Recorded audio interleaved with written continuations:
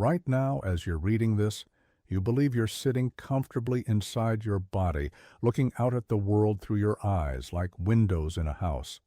Your consciousness feels centered somewhere behind your forehead, perhaps nestled safely in your skull, like a pilot in a cockpit.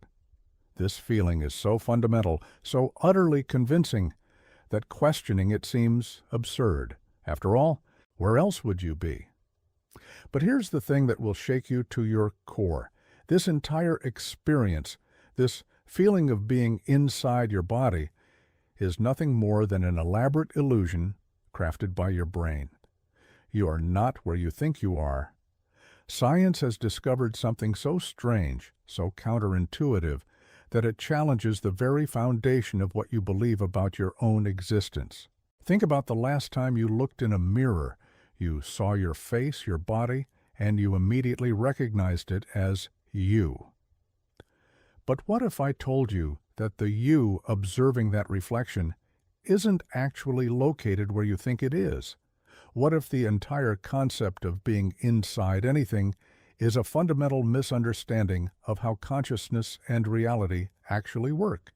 The greatest minds in physics and neuroscience have been quietly uncovering evidence that our most basic assumption about ourselves is completely wrong.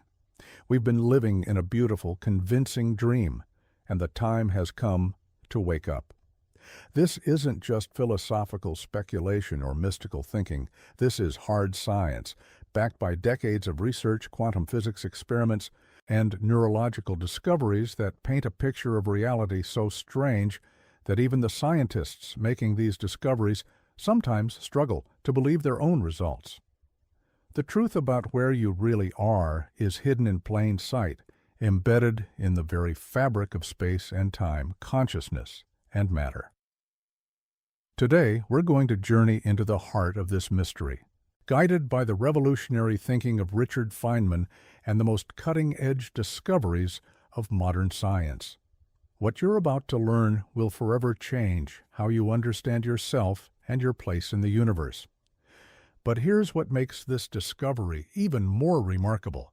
The establishment has been reluctant to share the full implications of these findings.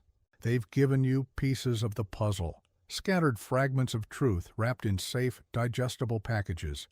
But the complete picture, the one that emerges when you connect all the dots, is so revolutionary that it threatens to overturn everything we thought we knew about consciousness, identity, and the nature of existence itself. You think you know where you are right now. You think you understand what it means to be somewhere. But you're about to discover that science has been holding back the most profound truth about human existence. Are you ready to question everything you've ever believed about yourself? Are you prepared to confront the possibility that your entire sense of self and location is built on a foundation of beautiful, elaborate lies? Because once you see the truth, once you really understand where you actually are in relation to your body and the universe, there's no going back to the comfortable illusion of certainty. Here's the question that should be keeping scientists awake at night. If you're truly inside your body, then where exactly are you? Point to the spot where you exist. Is it in your brain? Behind your eyes? Somewhere in your chest where you feel emotions stirring? The moment you try to pinpoint your location, the entire concept begins to unravel like a thread pulled from a sweater. Most people, when asked this question, will instinctively point to their head. "I'm in my brain," they'll say with confidence. But this answer immediately creates a logical nightmare. If you're in your brain, observing the world through your senses, then who or what is doing the observing? Are you a tiny person sitting in a theater inside your skull, watching images projected on a screen? If so, then that tiny person would need their own brain and their own observer, leading to an infinite regression of smaller and smaller versions of yourself.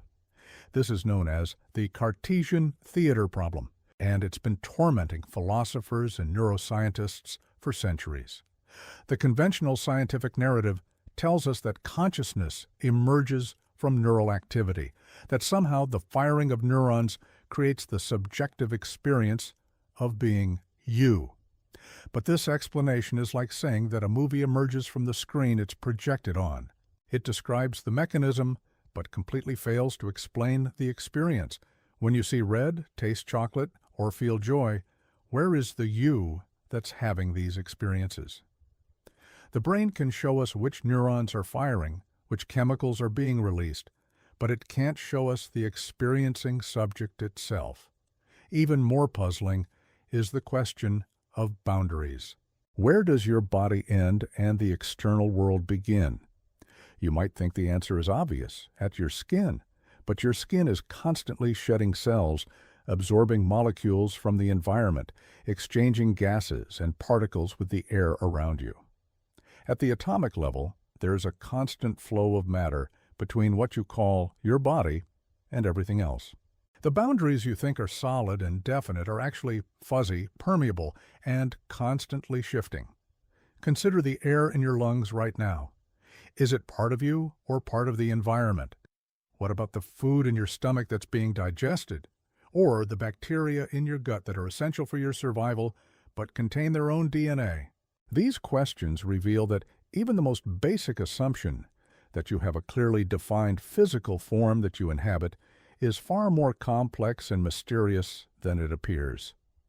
The really unsettling part is that science has known about these problems for decades, yet we continue to operate under the assumption that consciousness is somehow inside the brain, that you exist in your body. This isn't just an academic oversight. It's a fundamental blind spot that has prevented us from understanding one of the deepest mysteries of existence, the relationship between mind and matter, between the observer and the observed. Let me share something that happened in the early 1980s that changed everything. A neuroscientist named Benjamin Libet was conducting experiments on brain activity and conscious decision-making. What he discovered was so shocking that it took the scientific community years to fully grasp its implications. Libet found that the brain begins preparing for an action several hundred milliseconds before the person becomes consciously aware of their intention to act. Think about what this means. Your brain is making decisions before you are even aware of them. But if you're not making the decisions, and you're not aware of them until after they've been made, then where exactly are you in this process? This discovery opened a Pandora's box of questions about free will, consciousness, and the nature of the self.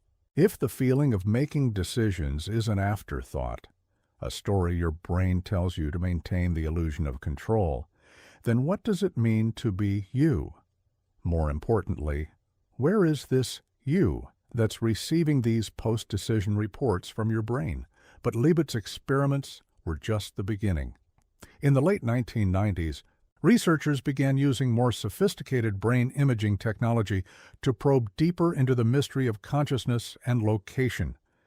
They discovered that when people report feeling present in their bodies, specific networks in the brain become active. But here's the twist. They also found ways to disrupt these networks, causing people to feel as if they were floating outside their bodies, or that their consciousness had shifted to different locations. The most famous of these experiments involved a technique called the rubber hand illusion. Participants would place one hand behind a screen where they couldn't see it, while a rubber hand was positioned in front of them where their real hand would normally be.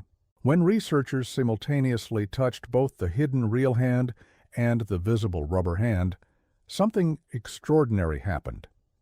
After just a few minutes, participants began to feel as if the rubber hand was actually their own hand. Their sense of bodily ownership shifted to an object that wasn't even biological. But the implications go much deeper than a simple illusion.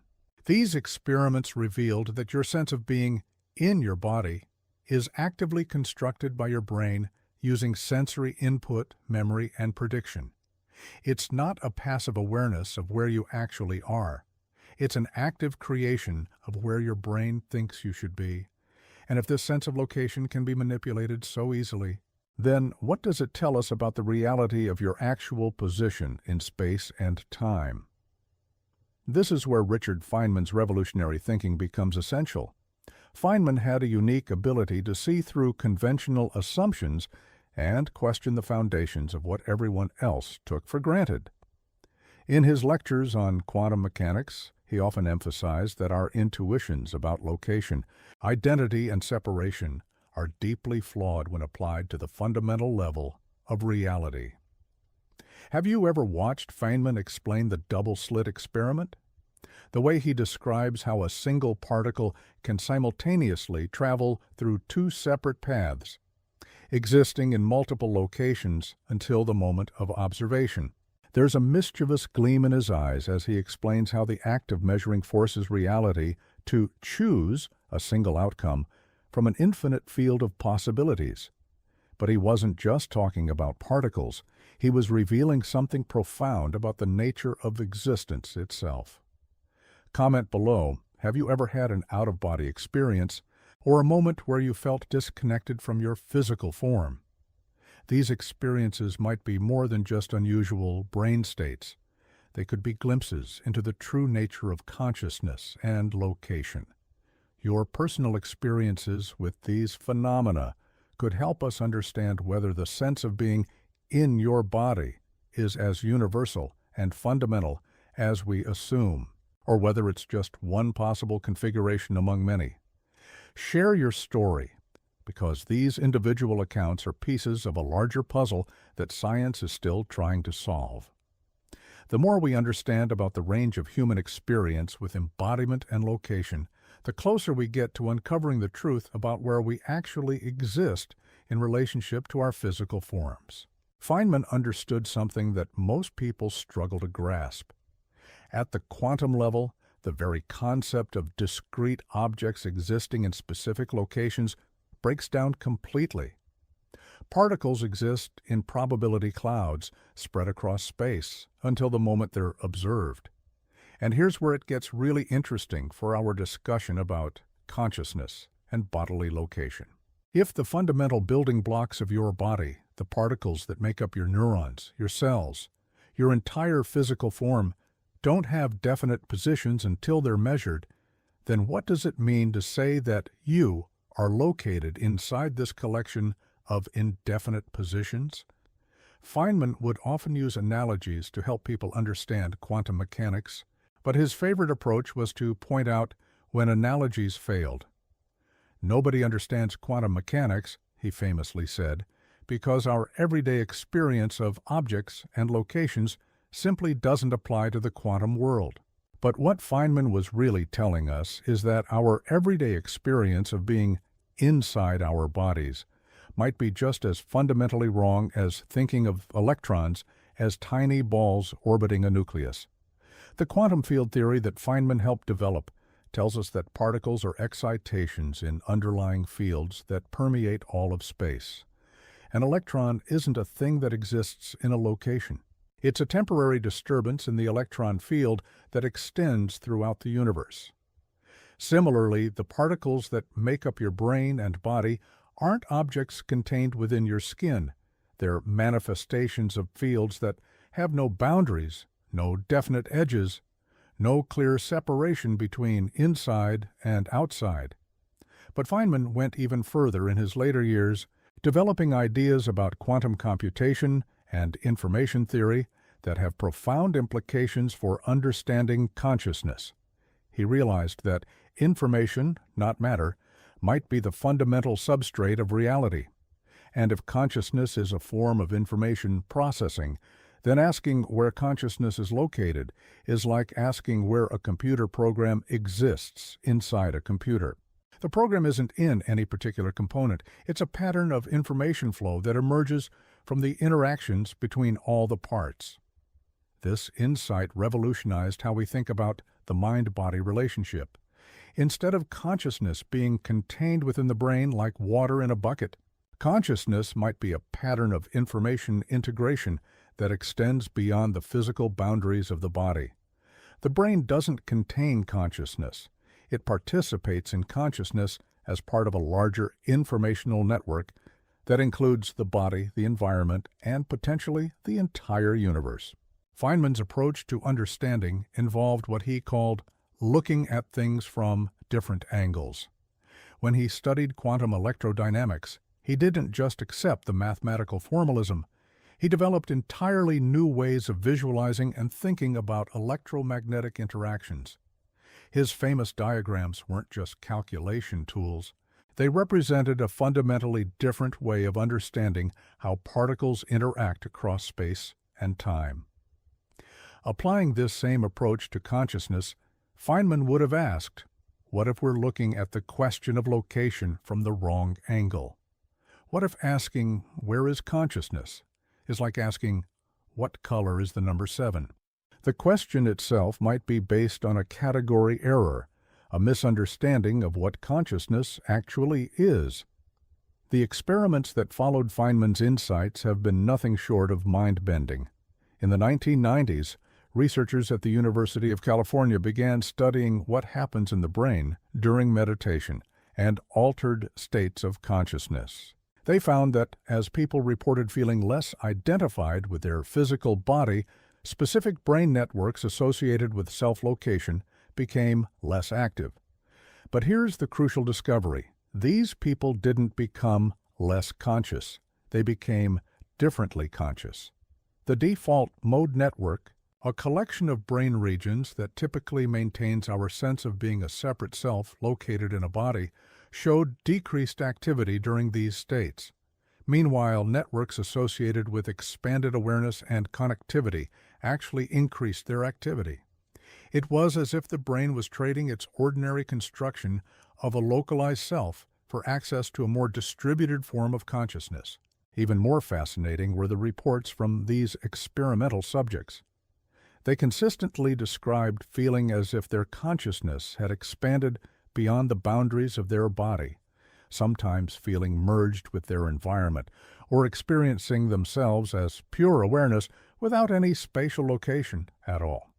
These weren't hallucinations or delusions. Brain imaging showed coherent, organized patterns of activity that were different from, but just as complex as, ordinary waking consciousness.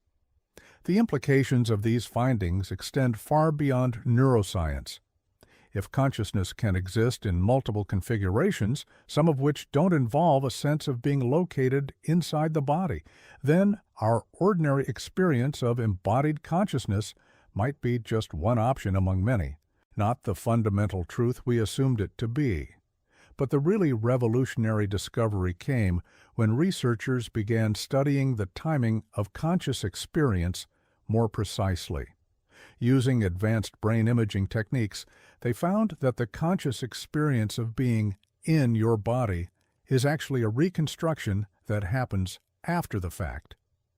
Your brain takes sensory input from multiple sources, processes it, and then creates a unified experience of being a self located in a body.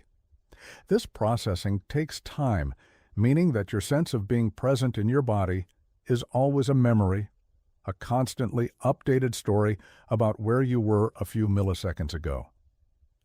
Think about what this means for your experience right now.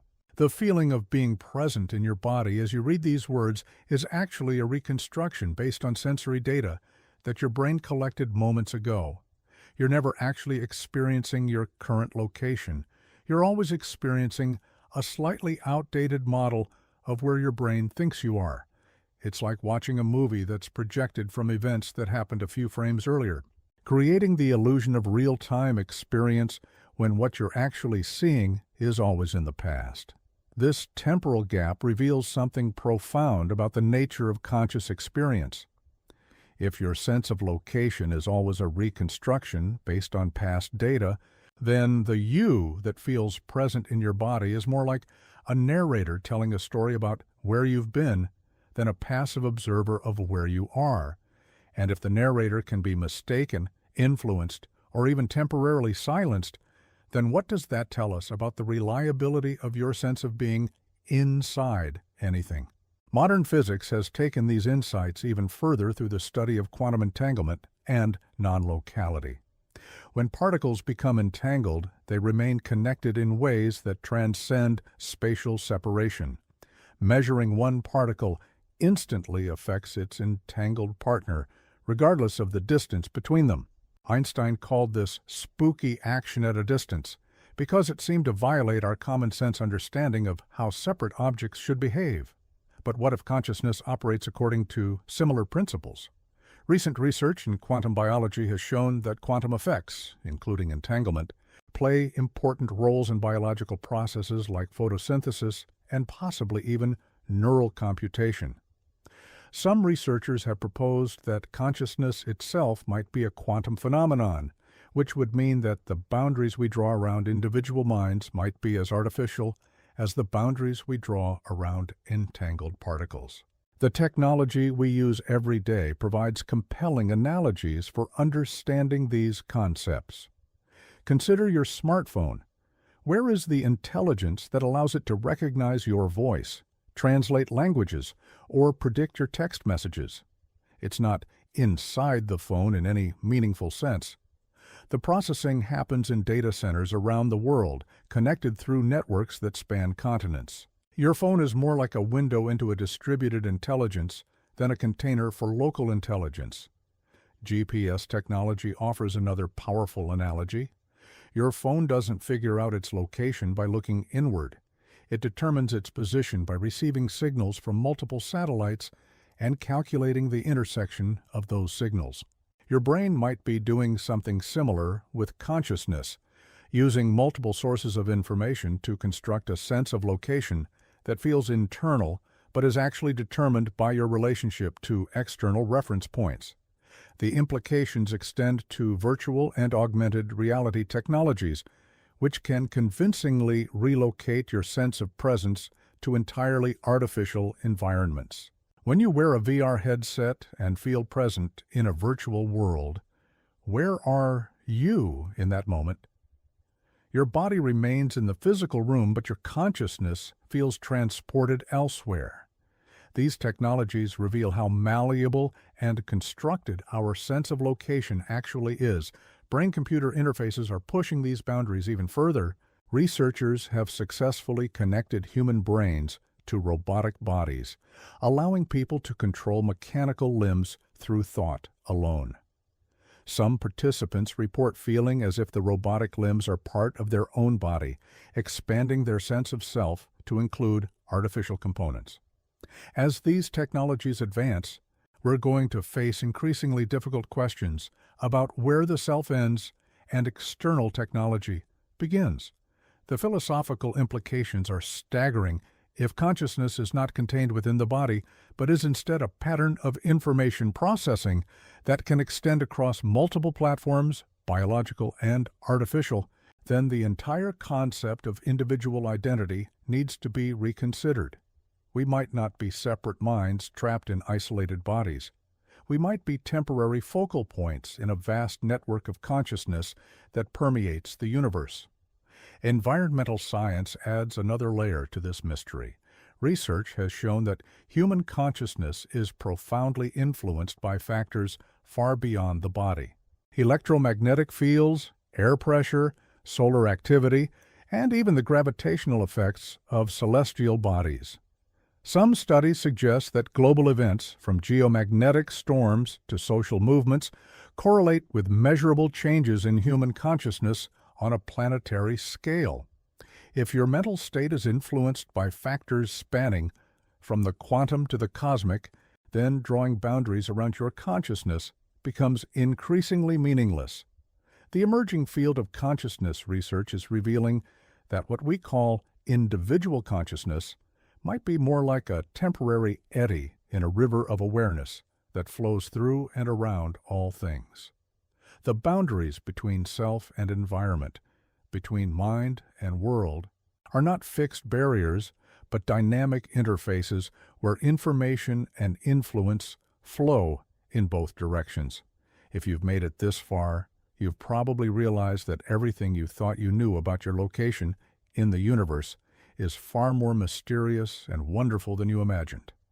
Hit that like button if this exploration has opened your mind to new possibilities, and subscribe, because we're just getting started on this journey into the deepest mysteries of existence. What we're ultimately discovering is that the question, "Where are you?" can't be answered with a simple pointing gesture or a set of coordinates. You are not a passenger inside the vehicle of your body. You are not a ghost in the machine of your brain. You are not trapped inside the boundaries of your skin. Instead, you appear to be something far more extraordinary, a pattern of information and awareness that emerges from the complex interactions between matter, energy, space, and time. The scientific establishment has been reluctant to embrace these conclusions because they challenge some of our most fundamental assumptions about reality. If consciousness is not localized, if the boundaries between self and world are fluid, if your sense of being inside your body is a temporary construction rather than a permanent truth, then many of our institutions, our legal systems, our economic models, and our social structures need to be completely reconsidered. But this isn't a loss. It's a liberation. You are not confined to the narrow space inside your skull. You are not limited to the brief span of time between birth and death. You are part of something vast and interconnected, a cosmic process of consciousness coming to know itself through countless temporary forms and perspectives. The feeling of being trapped inside a body is like a wave believing it's separate from the ocean, beautiful in its individuality, but ultimately part of something infinitely larger and more magnificent. Feynman would have loved this mystery. He spent his life showing us that reality is far stranger and more wonderful than our everyday experience suggests. From the quantum dance of particles to the cosmic symphony of stars, everything is connected in ways that transcend our ordinary understanding of separation and isolation. And now we're discovering that consciousness itself follows these same principles of interconnection and non-locality. The truth that science has been reluctant to tell you is this: you are not in your body any more than music is inside a radio. You are the universe becoming aware of itself through the temporary focal point of your perspective. You are not separate from the world around you. You are an expression of its deepest nature. You are not lost in the vastness of space and time. You are the very awareness in which space and time arise and dissolve. This recognition doesn't diminish your importance or uniqueness. It reveals your true nature as something far more magnificent than you ever imagined. You are not a cosmic accident trapped in biological machinery. You are cosmos itself, awakening to its own infinite possibilities through the window of your experience. And that truth is so revolutionary, so transformative, that science is still learning how to speak about it without losing the poetry that makes it meaningful. The most profound implication of these discoveries becomes clear when we examine what happens during moments of deep scientific insight. When Feynman was developing his path integral formulation of quantum mechanics, he described entering states where his sense of individual identity seemed to dissolve. He wasn't Richard Feynman thinking about physics. He was physics thinking through Richard Feynman. This wasn't mystical speculation. It was his direct experience of how breakthrough discoveries actually occur. Neuroscientists studying creative insights have found remarkably similar patterns. During moments of genuine discovery, the brain networks associated with self-location and individual identity show decreased activity, while networks associated with expanded awareness and pattern recognition become hyperactive. It's as if the brain temporarily abandons its construction of a localized self to access information that exists beyond the boundaries of individual consciousness. This phenomenon extends far beyond scientific discovery. Artists, musicians, and writers throughout history have reported similar experiences during their most creative moments. They describe feeling as if they were conduits for something larger than themselves, as if the ideas, melodies, or images were flowing through them rather than originating from them. Brain imaging studies of people in these creative states show patterns remarkably similar to those found during meditation and other non-ordinary states of consciousness. What's emerging from this research is a picture of consciousness that's radically different from our everyday assumptions. Rather than being a product generated by individual brains, consciousness appears to be a fundamental feature of reality that individual brains can tune into, like radios receiving signals from a cosmic broadcasting station.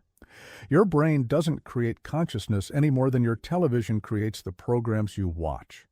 It receives, processes, and displays consciousness in a form that creates the experience of being a localized individual. This perspective explains many phenomena that have puzzled scientists for decades. How do people sometimes have accurate intuitions about distant events? How do groups of people sometimes simultaneously arrive at identical insights? How do individuals sometimes access information they have no normal way of knowing? If consciousness extends beyond the boundaries of individual brains, these phenomena become not just possible, but inevitable.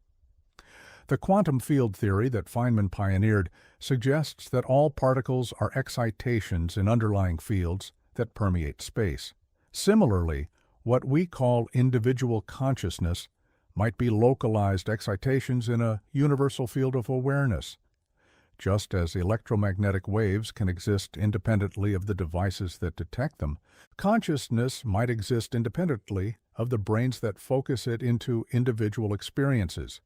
Recent developments in quantum biology have revealed that living systems routinely exploit quantum effects like superposition and entanglement to perform biological functions. If quantum phenomena play a role in neural processing, then consciousness might literally exist in multiple states simultaneously until the act of self-observation collapses it into a single, apparently localized experience. The implications cascade through every aspect of human experience. Death, from this perspective, wouldn't be the cessation of consciousness, but simply the dissolution of one particular pattern of localized awareness back into the universal field from which it emerged. Birth wouldn't be the beginning of consciousness, but the focusing of universal awareness into a new individual perspective. Life becomes not a brief interruption in an unconscious universe, but a temporary flowering of cosmic awareness exploring itself through countless unique viewpoints. This understanding transforms how we relate to suffering, meaning, and purpose. If you are not trapped inside a vulnerable body hurtling through an indifferent universe, if you are instead an expression of the universe's deepest nature, temporarily experiencing itself through your unique perspective, then every moment becomes sacred, every experience becomes valuable, and every individual becomes an irreplaceable facet of cosmic self-discovery. The scientific revolution that began with Feynman's insights into quantum mechanics is still unfolding, and its ultimate implications for understanding consciousness and human nature are only beginning to be explored.